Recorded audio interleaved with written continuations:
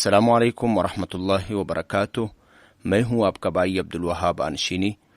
مقامات فرائی سیکھنے سے پہلے چند چیزوں کا جاننا انتہائی ضروری ہے۔ نمبر 2، بعد۔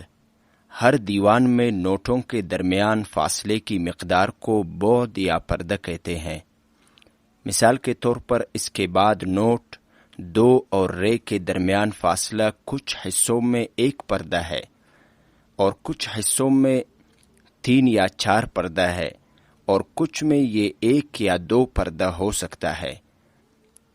اگلے نوٹ کی فریکوینسی جتنی زیادہ ہوگی، دونوں نوٹوں کے درمیان فاصلہ اتنا ہی زیادہ ہوگا۔ اس کو بہتر طور پر سمجھنے کے لیے فرض کریں کہ پہلے نوٹ کی فریکوینسی 220 ہرٹز ہے اور اس کے بعد کا نوٹ 265 ہرٹز ہے، تو دونوں نوٹوں کے درمیان فاصلہ 1 پردہ ہوگا۔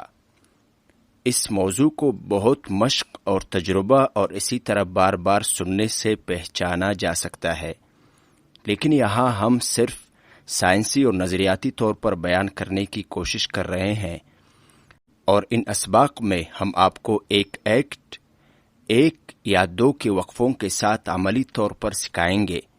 اسی بنا پر نوٹوں کے درمیان فاصلہ متغیر ہو سکتا ہے۔ یہاں ایک اور تصور کا ذکر کرنا ضروری ہے، اور وہ ہے فاصلے کا تصور یا دونوں نوٹوں کے درمیان دوری کا تصور۔ جب بھی ہم کسی نوٹ کو اس کے بعد یا اس سے پہلے کے مختلف نوٹوں کے مقابلے میں غور کرتے ہیں تو ہم فاصلے یا دوری تک پہنچ جاتے ہیں۔ مثال کے طور پر 8ویں مرحلے میں جو نوٹ 2 سے شروع ہوتا ہے، اگر ہم نوٹ 2 کے بعد والے نوٹ جو کہ رے ہے اس فاصلے پر غور کریں تو اس کو دوسرا وقفہ کہا جاتا ہے۔